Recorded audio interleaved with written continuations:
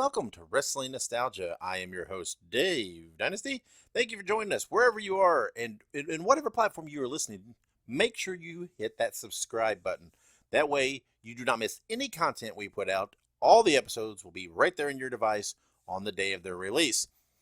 And while you're at it, please go out and hit us on social media, right? Give us all the follows and etc. that you can. The primary place to hit me is on Twitter at the Dave Dynasty. So go give me a follow there, and then that way you can keep up on all my affairs, all my business here with professional wrestling and the Dave Dynasty show.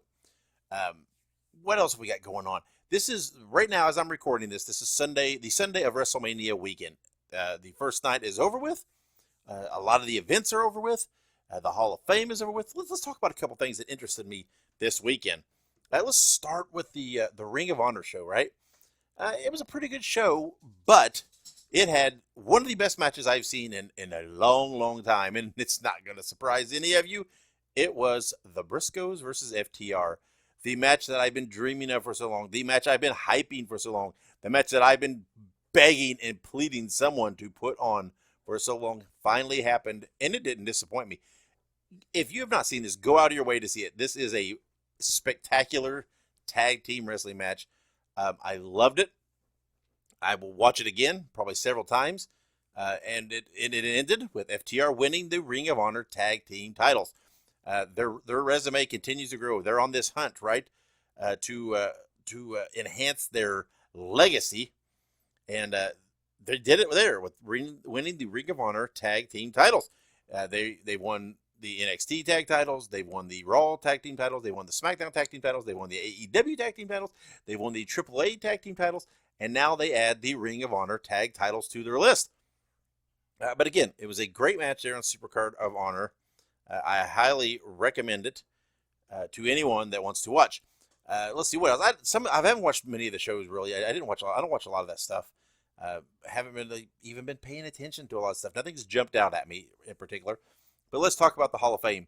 So happy with the Hall of Fame this year. I really enjoyed it. I know the Undertaker speech was very long, but it was interesting. It was entertaining. It never lost me. It reminded me a little of a motivational speaker with the way he was moving around and talking about his 3 points. But still, the stories were great. It was really cool to see the Undertaker give you a peek at the guy behind the character, and I thoroughly enjoyed it. I will be the first to admit that I openly cried with Shad Gaspard getting the Warrior Award. I don't like the award itself because I don't like Dana Warrior. I don't like that this is named after the Ultimate Warrior. But with what it's supposed to stand for, there is nobody more deserving than Shad Gaspard, and that was a very moving segment to me. And then one of the keys from the Hall of Fame, at least in terms of wrestling nostalgia in our show today, is the Steiner brothers getting in. Steiner brothers are one of my favorite tag teams of all time. I love them, love their style, especially when they were active. They were very unique, and I love both those guys. And that's, again, one of the keys in the show today. I'm going to revisit some research and episode we did once on Scott Steiner in his time in Bruiser Bedlam in the WWA. So you're going to have that here in a bit, where we talk all about that. I talk all about that. Lots of audio clips from Bruiser Bedlam and the WWA shows and etc. Clips of Scott Steiner's time there. And if this is something that interests you, which I'm assuming it is, be sure to look in the show notes where there'll be a link to a video I have up on YouTube that shows Scott Steiner the early years. It is essentially, it is Scott Steiner's time in the WWA. It has lots of his matches, lots of his interviews, shows his time there. It wasn't very long, but it was a great time. He was a huge breath of fresh air at that time, and you knew he had something. You knew he was going to go places. There was no doubt about it. But again, we have that segment coming up. Make sure you hit the show notes to watch that video on YouTube to get a little more of Steiner and the WWA. But again, it was great to see him and Rick go in the Hall of Fame. Scott did a very good job. Kept on track. Nothing controversial. It was very neat to see that moment where Scott said something about it could go off the rails, and Rick kind of covered the mic and kind of looked at him. You know that there was some communication here where Rick said, look, hey, my kid's here, right? My kid works for this company. Let's do this. He's got a huge future ahead of him. I'm a huge fan of Braun Breaker, which, let's be real, he should be Braun Steiner, hopefully. Maybe it'll happen now, right? Now that they're in, the Hall of Fame. Now that they're in, they should have one of those Legends contracts, which will be great, right? It'll be great to see some Steiner merchandise, some figures and stuff out there. That'll be great. But maybe now that this has happened, maybe they can get him converted over to Braun Steiner. Let's hope, right? Let's hope. And then let's talk about the first night. I won't be able to talk about the second night, obviously, of WrestleMania because, well, it hasn't happened yet. But let's talk about the first night because it was, all in all, it was a pretty good show. I mean, there was some times where it wasn't, but let's talk about some of the first matches. I didn't care. I half watched them. I really liked the Becky Lynch versus Bianca Belair match. Thought it was a great match. It was everything that I had hoped it would be. I loved the Seth Rollins match where it's all done. We can quit the talk. We can quit the what ifs. Cody Rhodes back in the WWE, and they had a spectacular match in my eyes. I loved it. It was highly entertaining. It had so much energy. Cody really was into it. Rollins was into it as he always is. The crowd was into it. It was a really great match in my eyes. It was professional wrestling, right? It didn't have to have all this shenanigans. I mean, there was a lot of kickouts of big moves, what have you, whatever. The cool moment where Cody did the cartwheel and the hand separation and the commentator said he was shedding the past, shedding that skin. That was pretty cool, right? I like that. But anyway, I thought that was a really good match. Let's see, what else was there? The the Charlotte Flair Ronda Rousey match, the drizzling shits. I did not like that match at all. They did not click. Ronda Rousey, the more she's out, I love Ronda Rousey. Don't get me wrong, but the more she's in these positions, the more you see her inexperience and how green she is. The match was not good. I did not like it at all, and I suspected I wouldn't. But it is what it is. But then let's talk about KO and Steve Austin. Man, that was great, right? We had all this talk that Austin was not going to do a full match, right? He didn't think, whatever, he was up to it, so they're going to do this KO show thing. There'll be a little confrontation, a little bit of physicality, and probably a stunner in the end. But it went a lot more than that, right? We got another match. We got another Stone Cold match, right? Whatever, no holds barred, anything goes. They fall all over the place. And, man, I'm telling you, Steve Austin, you could tell, there's some moments you could tell where he hadn't done this for a while, right? The stomps in the corner. While they always, man, you could always see right through them. They were just a touch slower now. I mean, nothing horrendous. But all in all, overall, Steve Austin looked like Steve Austin, right? He was stone cold. Everything he did, he was right there with it. He didn't appear to get too winded. And hey, let's give a lot of the credit to Kevin Owens. Kevin Owens bumped his ass off for him, made him look like $1 million. That's what you're supposed to do, right? But in the process of this whole thing, Kevin Owens got over huge, right? As a heel, and a foil to Austin, it was great. I really feel like Kevin Owens' stock rose. I'm a Kevin Owens fan, but I feel like he rose again. And WWE needs to put a rocket on him and keep on this, right? He's a great heel, and he's great in the ring. And this whole thing was spectacular. I loved it all. It was enjoyable. It was nostalgic. It was fun. And a lot of times when you get these guys that come back, and you're like, it's neat to see them. But when they're in there, it's like, hey, it doesn't feel like you're seeing the same guy, right? You can see the difference. And I'm telling you, I didn't really feel that with Stone Cold. And a lot of it was the match, having it be this no holds barred, anything goes. That way it could just brawl around, right? Lots of punches and whatever, take them through the crowd, nothing there. That way you could do these things where you didn't put Austin and Owens in a position to look bad, really, right? And don't get me wrong, Austin took some bumps, right? Some suplexes on the concrete and everything else, and he did a few things, but they were very, very wise to, and it's both these guys, right? Owens is great, but Austin, of course, is great. They put themselves in a position to succeed, and they did. It was a great match. Of course, Austin won in the end. I don't even count how many beers were opened, and I don't think he was really drinking them so much. It just looked like he was pouring them in his mouth and and all over himself. But it was so much fun. It was great. So that was a great way to close out WrestleMania, and I truly enjoyed it. So that's my thoughts on the first night. My next episode, maybe I'll touch on the second night. I'm not sure all the lineup of it. I am looking forward to the Lesnar and Reigns, of course, but other than that, I'm not sure. Maybe I'll see something from the rest of the weekend that'll catch my eye, and then I'll want to talk about. But we'll see. There's an upcoming show that I'm going to be in attendance at. And and that'll be on Saturday, June 11th. I will be in Beckley, West Virginia for the Bash in Beckley 2. And I'm going to be attending this card, right? And I will be covering it for the podcast, right? There will be some videos, there will be some pictures, there will be lots of activity on social media while I'm there to give you a glimpse into this great event. It's going to be a really fun event. And so make sure, like I said earlier, make sure you follow me so that you can see this stuff. And of course, there will be a special episode of the podcast that will come out shortly after that, where I'll talk about my time at the event and what happened, and lots of coverage, right? That's what I'm going to be there for. I'm going to be there I'm going to put on my press cap a little bit and cover the event like I would if I was, a member of the press, so to speak. I guess, technically as a podcaster, I am. I feel like I am. I do report some news. I do report some, it's an opinionated press, right? There's lots of opinions in it, but that's what I'm going to be doing. I'm going to be attending this as a press member to cover this event. Anyway, I'm looking forward to it. And again, everybody knows I love FTR, right? I don't hide that. And they're going to be at this event, and they're going to be wrestling the American Wolves. We've talked about on this show a lot about FTR wanting to enhance and build and establish their legacy, and they're taking select dates against certain teams. We've talked about this in the past. This is one of them. They're wrestling the American Wolves. It's going to be a great match. But what makes it even cooler for me is Dennis Condrey of the original Midnight Express. He's man, Condrey's a legend, right? He will be in the corner of FTR, right? So I'm hoping. I haven't got to meet Condrey, right? I got to meet Bobby Eaton, and I want to knock these guys off my list. Some guys that I want to meet while I can. So I'm hoping to meet Condrey that night. But it'll be great. It'll be great to see that match. It's going to be a good show. I heard Jake the Snake Roberts is going to be in attendance. I think Rhino is going to be in attendance. I think Shane Douglas and Francine will be in attendance. So lots of cool stuff, right? I'm an ECW fan, so that's going to be cool to see those guys. So again, there'll be coverage of that. That is June 11th, the Bash in Beckley 2 in Beckley, West Virginia. If you're in the area, you want to attend, I believe tickets go on sale April 11th. So watch for that. We got a week or so until that happens. I will plug, again, on my social media some information about this event.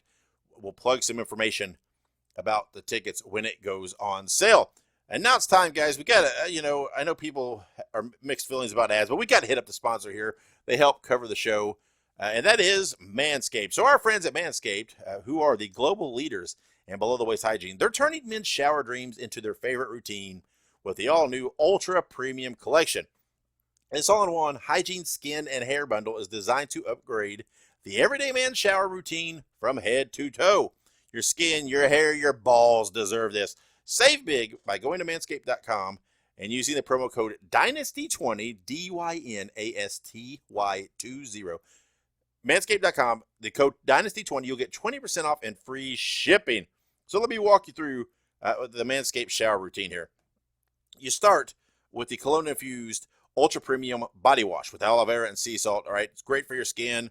Helps you keep feeling clean and moisturized all day. Then you go on to the hair, right? You apply the 2-in-1 shampoo and conditioner. It is great. It's non-greasy formula. It has a base of coconut water, green tea. It's great, right? That is step 2. You got the body, you got the hair. And then once you hop out of the shower, we go to step 3. We protect yourself from body odor by using the Manscaped aluminum-free deodorant, right? There you go. Hey, you got tattoos, you got dry skin, that's okay. Let's hit your skin up with a hydrating body moisturizing spray.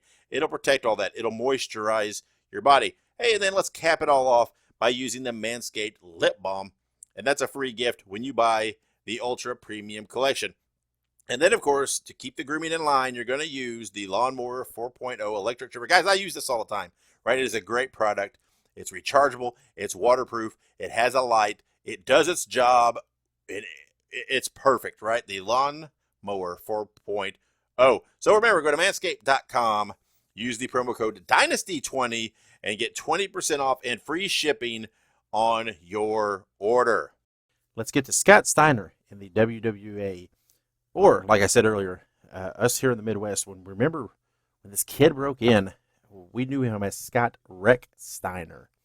So let's talk about this. Scott broke in 1985.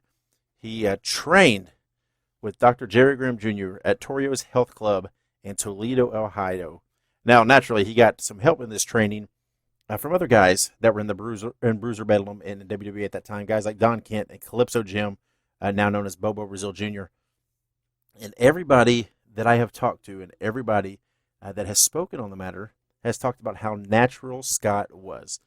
He was a 3-time Big Ten runner-up at the University of Michigan in the 190-pound weight class. That's right, 190 pounds. Can you imagine that? And he had this great amateur background. His older brother Rick had already broke in, had trained in Minneapolis, and was already in the business. And Scott was just a natural, right? He just took to it. It just seemed like when he was shown something, he immediately got it, to the point of Jerry just thought he was lying, that he had experience, that he had some training at some times. He just couldn't believe that this guy was a complete newcomer in this vein. Of course, Jerry Grimm Jr., a friend of the show, on regularly for Grimm's Gallery episodes, which we will have another one very, very soon. But way back when, we had Jerry on for the first time, and we talked to him in depth about his career, and you can see that in the archives, our Dr. Jerry Grimm Jr. interview we did with him, of course, and there's been several episodes of Grimm's Gallery, so check all those out. I highly advise you. Dr. Jerry Grimm Jr. has experienced it all and is a great storyteller. But here it is from that initial interview we did with him. Here is Dr. Jerry Grimm Jr. talking about Scott Rex Steiner. Dr. Jerry Graham Jr. Well, Scott Steiner came down, and I'll tell you how good of a natural he was. I took him in a gym here in Toledo. I started training him, and everything I showed him he could do right the first time. I actually, because he was a friend of Wojo's from the amateurs, and I thought it was a joke. I thought the guy was already a trained wrestler, and we're going to see how far I would go before I realized that the guy was, but it wasn't. He picked up stuff that fast. I showed him one time, and he could do it. And I had him wrestle his first match. I think it was against Bulldog Don Kent. It was good to wrestle a real pro like that could show you could wrestle Ken a lot when he was starting out. And I had other guys as well, and myself as well. And he was always kind of a quiet guy, and he always was, a loyal guy. The only thing that hurt my feelings there is that he would never. A lot of guys I would train would call me like once a year. So I'm not talking about slobbery all over me. I'm not talking about giving me any money. I'm just saying, like, they'd be home for Christmas. They call me and say, how you doing? And the only time I've seen them since then is when they paid him money to induct me in Independent Wrestling Hall of Fame. It was a paid booking for him. So I went down there and I saw him then, and we talked. But you think that the guy that started you, and most of these wrestling schools charge money. I trained him for nothing, and I expect nothing. Yeah. Except, I said, if you have a chance down the road to do me a favor, I appreciate it. But I have good memories of Scott. Yeah, he was quiet, and he was a really good wrestler, a real natural, one of the most easy to train guys I ever had. So Scott trained, again, as we said, with Dr. Jerry Graham Jr., with help from Don Kent, Calypso Jim, Chris Carter, guys like that, there in Toledo, Ohio. And he made his debut under his birth name, Scott Rex Steiner, there in 1985, and he defeated the Great Wojo for the WWA title on August 14th, 1985, ending a very long reign by Wojo. The match was in Dearborn, Michigan, and it was kind of a surprise, right? It was billed, it was Scott's TV debut when they showed this match, and they played it up with it like that there was this unknown, this newcomer, and they talked about him making his debut, but he had actually wrestled some prior to that. He'd had some matches with guys like Don Kent and Chris Carter to help him, right? And Scott said in interviews that the training was kind of sparse, and that he learned a lot in the ring, and part of that, it was true. I mean, it's just the nature of the business at that time, the nature of the WWA at that time, and it's probably an attribute to how quick Scott picked things up, that they were able to get him in the ring that quick. But him winning the title was this cool thing, and at that time, I loved Bruiser Bedlam, right, and the product and these guys, Dr. Jerry Graham Jr., Don Kent, Chris Carter, Calypso Jim, these guys were great to me, and I love every one of them. But Scott was different, right? He was young, he was very fit and athletic. He had that modern wrestling look about him, and he was doing some spectacular things in the ring. He was doing a 450. You have to see this. I shared a clip of this on my Twitter. I'll have to see if I can find it and share it. Again, a 450 at the top, but it's very awkward. He did this 450, but landed on his feet and then fell forward into a splash. But it was still athletically very spectacular, and there were not very many guys in the WWA of doing that kind of stuff. We had El Bracero, who was exciting too, but Scott was this whole different breed, right? He had this young fire about him, and you could just see that he had it. He had that factor from the beginning. So again, on August 14th, 1985, Dearborn, Michigan, he defeats the Great Wojo to win the WWE title. So here it is. Here's some audio from the end of that match of him winning the WWE title, followed by a couple of interviews that he did that were on that show and the next show coming up with some interviews with Scott. There's some with Terry Sullivan, some with George Cannon. I don't know why I did that. No offense to Chris Cannon, rest his soul, but with George Cannon, crybaby George Cannon. Now I'm all flustered. But again, here's some interviews with him in there as well. So check this out. This is him winning the title, and listen to the crowd response and how exciting and cool this was. And again, on the commentary is Terry Sullivan and Dick the Bruiser. So let's check that out. He's trying to pull Wojo's fist apart, and he's done so. Look at that. He's broken the hold. And look at that. He's got Wojo's shoulders down. He's fallen. He's fallen. We have a new champion. We have a new champion. That's hard to believe. Look at Grant going out by Rex Steiner. Wojo has been pinned. We have a new World Heavyweight Champion. Counter. And Calypso Jim out to congratulate Rex Steiner. My God, after more than 2 years of turning back the toughest challenges of the world, the Great Wojo has been upset by a virtual unknown making his debut in the WWA. We have a new champion. There he is in triumphant victory, Scott Steiner. In the main event, or one of the main events, you are going to see a return match for the World Heavyweight Wrestling Championship. The Great Wojo against Scott Steiner, and certainly a great impression you made on all these fans. Scott, I know you graduated from the U of M, University of Michigan, Big Ten wrestling champion up there, but you're facing Wojo right here in his hometown. What about the old hometown advantage? Well, I tell you, Wojo said I was lucky winning a bout from him. I admit I'm going to have a tough battle trying to beat Wojo in his backyard, but I tell you, I didn't win this belt only for myself, I won it for the fans. And when I walk in the arena, I know the fans will be rooting for me. So I tell you what, I need that support, and hopefully I'll be able to pull it off. All the fans will be behind you, Scott, because it's been a long time since they've had a champion they can truly look up to and truly be proud of. Scott Steiner makes his Toledo debut against Wojo Sunday, October the 5th. Don't miss it.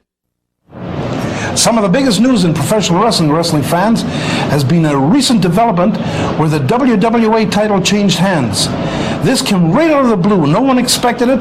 A newcomer to the WWA, Scott Steiner, came in cold, went into the ring with the Great Wojo and Dr. Jerry Graham Jr., and a lot of overconfidence and a lot of Graham's maneuvering allowed Wojo to lose the belt. And the new champion of the WWA is sitting here with me today. We're talking to Scott Steiner. And Scott, I want to say congratulations. I think it was just fantastic that you're the new WWA champion. What a way to go.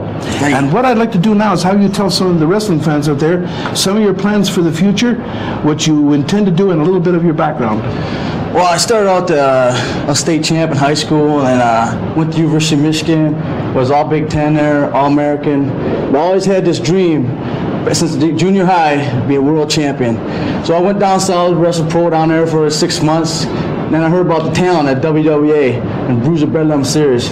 So I came up here, and the Great Wojo was kind enough to give me a chance at the title. Oh, I don't think that was, you know what it was, Scott? Yes. He thought you were easy pickings and then he could beat you. But he was fooled in that respect.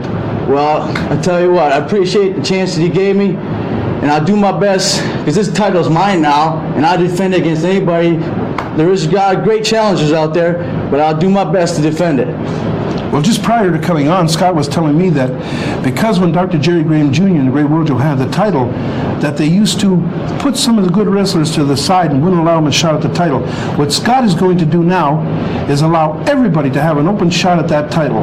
All of the challenges that for many years have been waiting in line to get at the Great Wojo will now actually have a chance to go into the ring with the new champion, Scott, and don't forget this name, Scott Steiner. He is the new WWA champion. And not only that, wrestling fans, but you're going to be seeing a lot of this fellow in all of the Bruiser Bedlam and WWA towns. You're going to see a new champion, and it does my heart good for one particular reason, Scott, because for many years I've heard Dr. Jerry Graham Jr. come out and spew off at the mouth that there is no one in the entire state of Michigan can beat anyone from Ohio.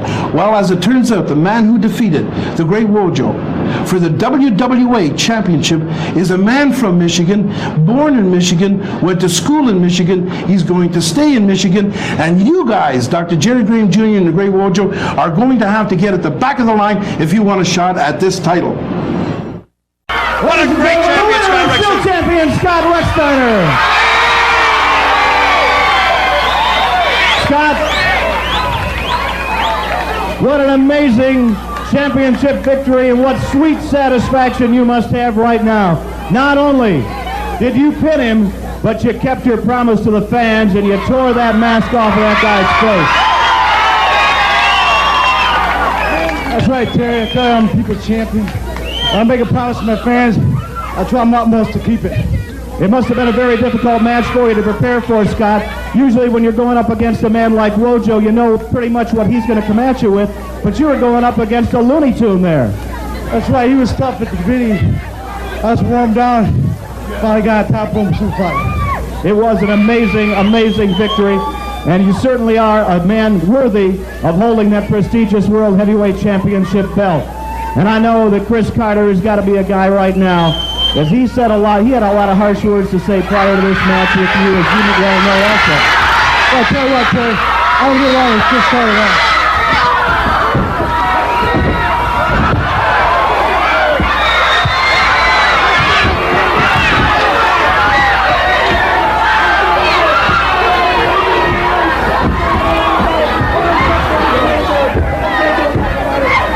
Kevin Rex Bodie's got into the ring. Thank heavens that Dennis Cass in the ring also. Rex Steiner is very seriously injured. Terry seems to be getting up. Keep the camera on Rex Steiner. This is horrible.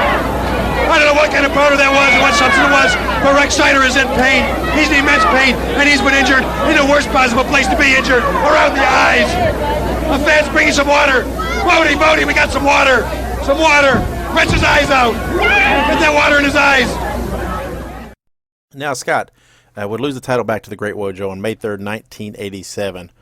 And then he went on to team with Dr. Jerry Graham Jr. They did this whole thing with this double turn with Jerry Graham Jr. and Chris Carter. Dr. Jerry Graham Jr. was in a car accident. He was hurt. He was still on WWA television, shown, injured from this car wreck. And it kind of made him sympathetic, right? And Chris Carter started to turn and come out and badmouth Jerry and put him down and talk about how maybe it's time for him to hang it up and get out and whatever else. And it wound up Chris Carter was teaming with Muhammad Saeed as the International Freedom Fighters, but then so Jerry Graham Jr. Was teaming with Scott Steiner, and it was very successful. So here, let's hear about one of the participants in this turn and this feud and this rivalry. This is Chris Carter, again, from a past interview here on the Dave Dynasty Show. You can check that out. It's a very cool, very fun interview to do. It was Chris Carter's first podcast interview. We had him here on the Dave Dynasty Show, so go back and check that out and listen to the full interview. But here is a clip of Chris Carter talking about Scott Steiner. Spirit of America, Chris Carter. Well, Scott Steiner, man, he was a great kid, man. He came to work with us in Toledo, and he was just breaking in the business. I think, if I'm not mistaken, I think he had his first pro match with me. Okay. And he was just coming out of U of M. At that time, he was third on the all-time win list with amateur wrestling at U of M, and he wanted to break into the business. His brother Rick was already there, and he was all over the place. So he didn't have time to help break him in. He says, you got to find somebody that's gonna get you some experience. So he got hooked up with Jerry, and Jerry brought him in, and we went to work with him and tried helping him and doing what we could for him, and he was always a great talent. There's a lot of guys that, it's hard for guys to make the transition from amateur to pros. Scott was pretty smooth at that. Yeah. Mojo had a little bit of a hard time, but he did okay. You know, I mean, you really believed his matches. There was no doubt about that. Yeah. But yeah, Scott was a good kid, man. We traveled on the road and stuff, and he worked real hard, man. Then when he was ready, his brother said, "Come on," and off they went. Yeah. The rest is history. Yeah, Jerry always said he was such a natural talent that he would show stuff. He said there was even a time where he thought he was lying about his experience because he was picking up stuff so quick. Yeah, he was. He was very, very quick and very talented, very athletic. He was, was really something. Good kid, brought up in a good family in Bay City, Michigan, and stuff. And he really wanted it, and God bless him because he got it. Now, Graham and Rick Steiner went on to win the tag team titles in the WWA on October 6, 1987, from the International Freedom Fighters, Chris Carter and Muhammad Saeed. They later lost the titles to the team of Chris Carter and Don Kent on December 6th of 1987. And Scott Rick Steiner's time in the WWA was coming to an end.